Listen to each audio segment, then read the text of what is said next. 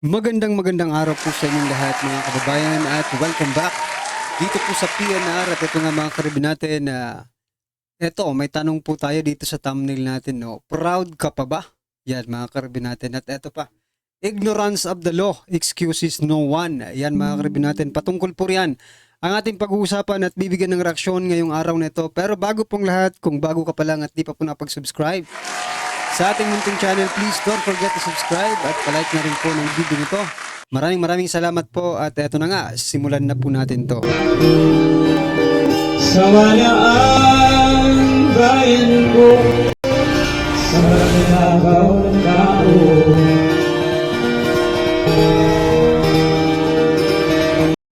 So yan mga kababayan, bago po natin muling i-play ang video ito, unahin na po natin yung sinasabi nating ignorance of the law excuses no one. Kasi nga po mga kababayan, itong si Secretary, no? DILG Secretary John Vic Remulla, sabi niya po sa interview niya po dito, I am not a lawyer, I cannot interpret the law. Nako, paano daw yung sinasabing ignorance of the law excuses no one? Nako po, ikaw pa naman ay DILG Secretary, no? Supposed to be you are knowledgeable about the law, mga kababayan. Kasi secretary ka di ba? Hawak mo po ang kapulisan at ang local government, mga karibin natin. So ito mga karibin natin, bigyan po natin ng reaksyon ang video ito. Secretary Remulla, I wanted to ask you, this is quite interesting. Did the government, lumabag ba ang gobyerno sa proseso, sa arrest proceedings of the custodial state? I'll read it again. Article 59 of the ICC, the arrest proceedings in the custodial state, paragraph 2, a person arrested shall be brought promptly before the competent judicial authority in the custodial state. Dapat po ata dinala muna si Duterte sa isang judge or hukom sa Pilipinas, Secretary. Good morning, Karen. Good morning, attorney. I am not a lawyer. I cannot interpret the law, nor am I a competent authority. But I So yan mga kababayan, umamin lang no? He cannot interpret the law. Nako po, useless pa. That's my opinion mga kababayan, sapagkat hindi niya po ma-interpret yung law, mga karibin natin. Simple lang naman ang nakalagay doon. Dalhin muna. Kahit kayong ordinaryong Pilipino, alam kung anong ibig sabihin nun Dalhin muna sa korte ng Pilipinas bago anuman gawin ninyo. O dalhin nyo man sa ibang bansa, dito muna sa Pilipinas. Diba? Mahirap bang intindihin yun? DILG Secretary Boying Remulla. find it amusing that Attorney Lambino keeps on insisting on the rights of the former president. What about the rights of the 30,000 who he summarily had killed So, ayan, tapusin nga muna natin para without any judicial action, without any charges? 30,000 victims were So yan, 30,000 victims di umano mga kababayan. Nako, nasaan ba yan dito sa sa warrant of arrest ng former president natin? Wala naman nakalagay dito na, well anyway, mga karibin natin, no? Sige, na natin sabihin na natin 30,000. Loko rin mga dami niyan sabihin na po natin 30,000 mga kababayan, no? Hindi ba sila lumabag sa batas? No? Itong mga nagurgur, sinasabi nila na extrajudicial killings, 30,000. Grabe. Ang nakalagay lang naman dito mga kababayan is at least 19 persons allegedly, no? Tapos at least 24 person allegedly criminals. Yan lang po ang nakalagay po dito sa warrant of arrest ni former President Duterte. Not 30,000 mga kababayan, no? O paano nyo ipapaliwanag yan? Diba? O sabihin na natin yan, no? Sabihin na natin. Pero sinasabi doon sa batas, no? Mismo galing sa ICC, yung rules na yun, mga kababayan, na dapat dalhin muna sa custodial state. Sa korte ng custodial state, mga kabayan, para doon muna. Kung mayroon bang problema sa pag-aresto o wala. Diba? Kahit nasabihin ni, let's say, for argument na lang mga kabayan, 30,000 mga karibin natin. Kung talagang 30,000 po ang ginurgor sa panahon ni Pangulong Duterte, bakit hanggang ngayon nandyan pa rin, hindi siya nakulong dito sa Pilipinas? At gusto niyong makulong siya sa ibang bansa. Diba? Napakalaking irony. Dito nagkasala sa Pilipinas, iba yung maglilitis, hindi man lang na-convict muna dito sa Pilipinas. Mabuti sana kung na-convict muna si former president dito sa Pilipinas, ma-accept pa natin yun eh. Di ba? Tapos dalhin nila sa kung saan man nila dalhin. Yeah? Pero hindi eh. Hindi nga convicted yung tao dito sa Pilipinas. Ibig sabihin mga kabayan, nagsisinungaling kayo. Di ba? Killed without any due process. Now, if we argue technicalities, I welcome them. Bring him to the court. But we're the 30,000. Correct. Yan, correct ka talaga. DILG Secretary Boying Rimulya. Dalhin dapat sa court. Saan nyo dinala? Si former President Duterte. Diba mismo sa bibig mo galing dalhin sa korte. Dalhin mo sa court. Saan korte nyo dinala si Pangulong Duterte? Korte ba ang eroplano? Diba? Korte ba yun? Ang labo nyo rin, no? Ang labo nyo talaga. Kaya hindi ko talaga masisisi kung bakit pati ibang mga lahi, mga kabayan, no? Mga ibang nationalists, no? Ibang country. Ay nananawagan, mga kabayan, na pati palayain si former President Duterte dyan. Kasi ang gulo eh. Mismong gagaling sa kanilang bibig, mga kabayan, nahuhuli po natin. Allowed to go to court, where the 30,000 read their rights when they were executed. Were they allowed to plead their case? I don't think this is a proper forum. I think it's not an academic. I think they should go to the competent authorities. I cannot argue the case. I'm not a lawyer. I'm just saying I am taking the side of the 30,000 who were slaughtered. They were killed. They were tortured. Ganun naman pala. DILG Secretary John Vic Rimulya. Nung nasa side ka po ng 30,000. Ngayon, itong mga 30,000 na ito, sigurado ako, yung mga nagreklamo dito, yung mga pamilya nila. Ngayon, dalhin nyo po sa korte, dito sa Supreme Court natin, mga kabayan, at dyan ninyo litisin si Pangulong Duterte. Kung talagang yung 30,000 na yan ay totoo. Diba? Mahirap bang intindihin yun, mga kababayan? Mahirap bang intindihin yun? Sigurado na pala kayong 30,000 eh. Madali na nyo na lang, madali nyo na lang maipapakulong si Pangulong Duterte. Kaya tayong mga kababayan, nagkakaroon tuloy tayo ng doubt, no? Dito sa mga sinasabi nila. Sapagkat dito nga sa Pilipinas, hindi nila naipakulong, doon pa kaya sa ibang bansa. Kung sabihin ng judges, no? Kung sabihin ng judges doon sa ICC na, bakit hindi ninyo nilitis sa sarili nyong korte? Bakit hindi siya na-convict sa sarili nyong korte kung talagang 30,000 yung pinagugurgor, di ba? Basic na tanong, mga kababayan. Pero malupit. Hindi nila may paliwanag kasi dito nga hindi nila kinasuhan eh. Malabo, no? Malabo po yung sinasabi nila, mga karibin natin. Well, anyway, eto mga kababayan, President Bongbong Marcos Jr. patungkol po sa pag-defend ng sovereignty ng Pilipinas. Pakinggan po natin to. Ng ating pag-uusap sa ICC at kagaya ng sinasabi namin mula sa simula, we will not cooperate with them in any way, shape, or form. We continue to defend the sovereignty of the Philippines and continue to question the jurisdiction of the ICC and their investigations here in the Philippines.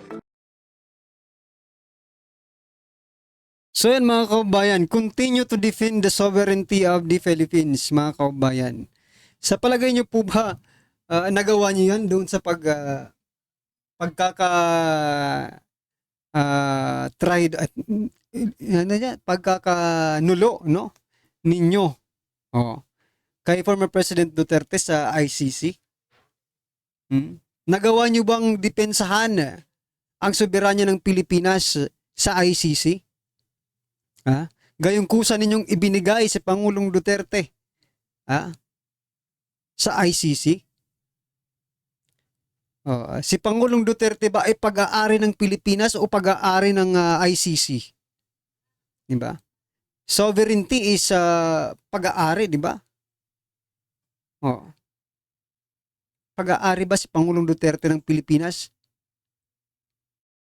Tapos sasabihin nyo ngayon, gagawin yung lahat para ma-defend ang sovereignty ng Pilipinas? I don't think so, mga kabayan. Mukhang kayo pa nga ang binigay nyo eh. No? Mukhang kung property pa, no? Kung property pa si dating Pangulong Duterte, parang ibinenta nyo na. Si Pangulong Duterte, no? Kung property pa si Pangulong Duterte. Like for example, kung West Philippines silang si Pangulong Duterte, mukhang ibinenta na ninyo sa ICC. Ay, nako. Well, anyway, mga karibin natin, punta naman po tayo dito sa sinasabi natin, no? Yan.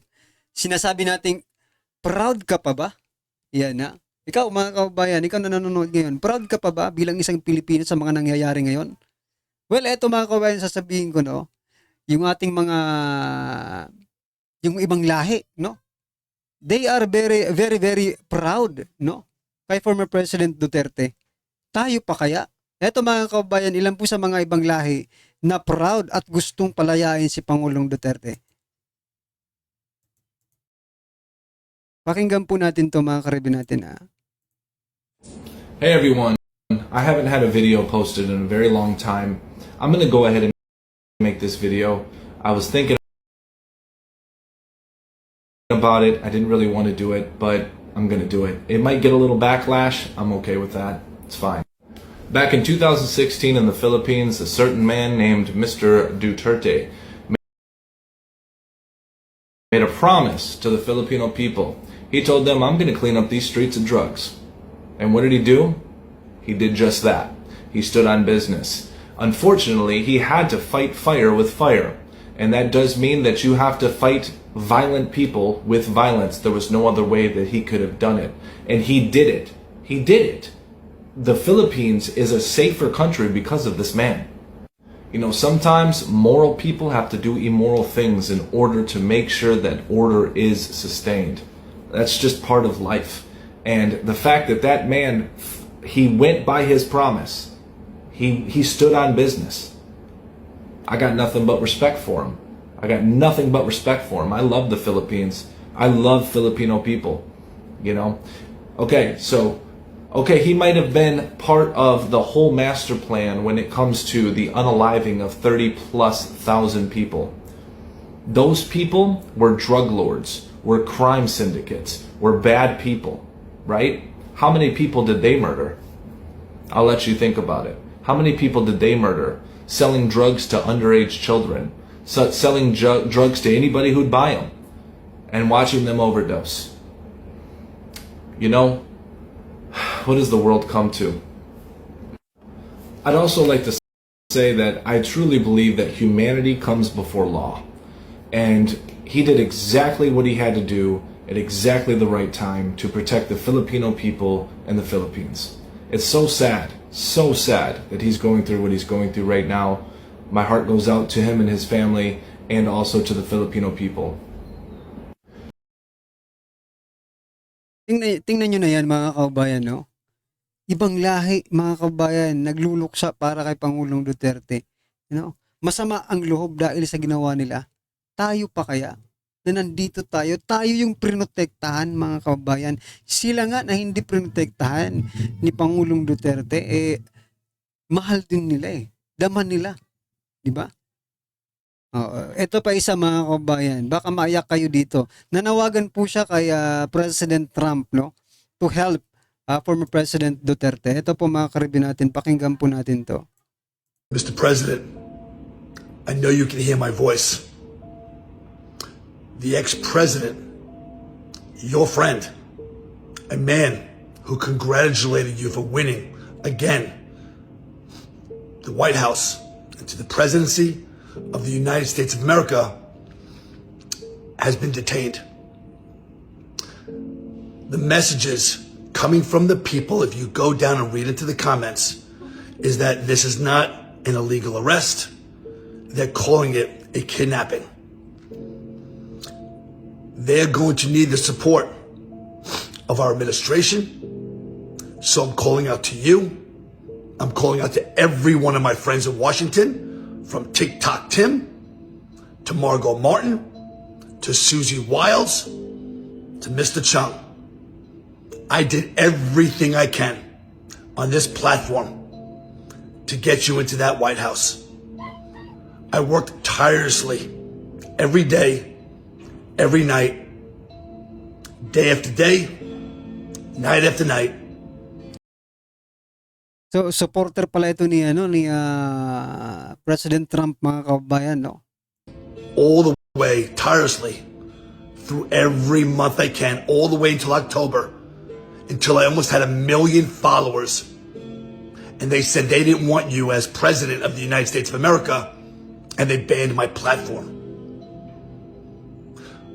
We did everything we can. We marched, we protested, we took over Long Island, we took over New York City. We proudly raised the flags of Donald J. Trump, saying that is our president and he needs to be back in power. So I'm asking you today, in this video, as I'm making it, as not one network has mentioned this over the news. All the fake media is refusing to report this. Not CNN, not Fox News, not MSNBC. Well, we didn't expect them to answer anyway. ABC, NBC, ABC, every single one of them. The only one station that I can find that is reporting of the atrocities coming out of the Philippines is the BBC. There are people that are hurting. There are people that are crying. The whole entire country is mourning for the illegal taking of Duterte, their father, what they call their dad of their country, the Philippines. I'm going to follow this story all the way through as I am learning myself and as the lovely and amazing people of the Philippines, of Indonesia, continue to educate me of what a hero and what an amazing man that this man is, and what he did for the families, the women, the children, the sick, the elderly, what he has done for that country on his war against drugs. Anyway, have an incredible day, Mr. President. Thank you so much for bringing America back. Thank you so much for taking our way to making America great again. Thank you so much for thinking about Canada, because I know you do, as we want equal and fair partnership up there. Thank you for making and working our way back to making North America great again. You must make Philippines great again. And while you're on your way to make Philippines great again, always been my intention, through you, Mr. President, you've been touched by our Lord and our Savior. Our God is watching over you. May safety go through your path but you have the power to make this world great again. Well, mga kaubayan, no? Emotional din, no? Masyadong emotional yung kanyang pagsasalita, mga kaubayan. So, yan. Ngayon, tatanungin po ulit kita, mga kaubayan. No? Ano ba yung tanong natin dito? Proud ka ba ngayon? Ha? Proud ka pa ba? Proud ka pa ba sa nangyayari ngayon? Ako proud na proud ako ngayon, no? Kay former President Duterte. Not the administration, mga kaubayan, no? I'm very, very proud, no? Kay PRRD. Kasi, mag-isa niyang hinaharap to. He is very accountable, no? About sa kanyang administration. Hindi niya iniwan. Iniwan man siya, mga kabayan, ng kanyang mga tauhan, no? The PNP, the AFP, no? The Armed Forces of the Philippines. Iniwan man siya. Pero siya, mga kabayan, hindi po siya nang iwan. Tinake niya yung responsibility niya. Ng kanyang administrasyon. Kaya palakpakan po natin. So yan, mga kabayan, proud ka pa ba? Yung ibang lahi nga, proud na proud. Ikaw pa kaya, di ba? Yan, mga karibo natin, hindi na po natin papanoorin yung video, no? Mahaba na po tayo. Ano man po ang inyong reaksyon, opinion patungkol po sa video sa video ito, i-comment nyo na lang po. Para at least alam po ng ating mga kabayan ang inyong opinion. Maraming salamat po. Don't forget to like the video, mga kabayan. Maraming salamat po. Sa walang bayan ko.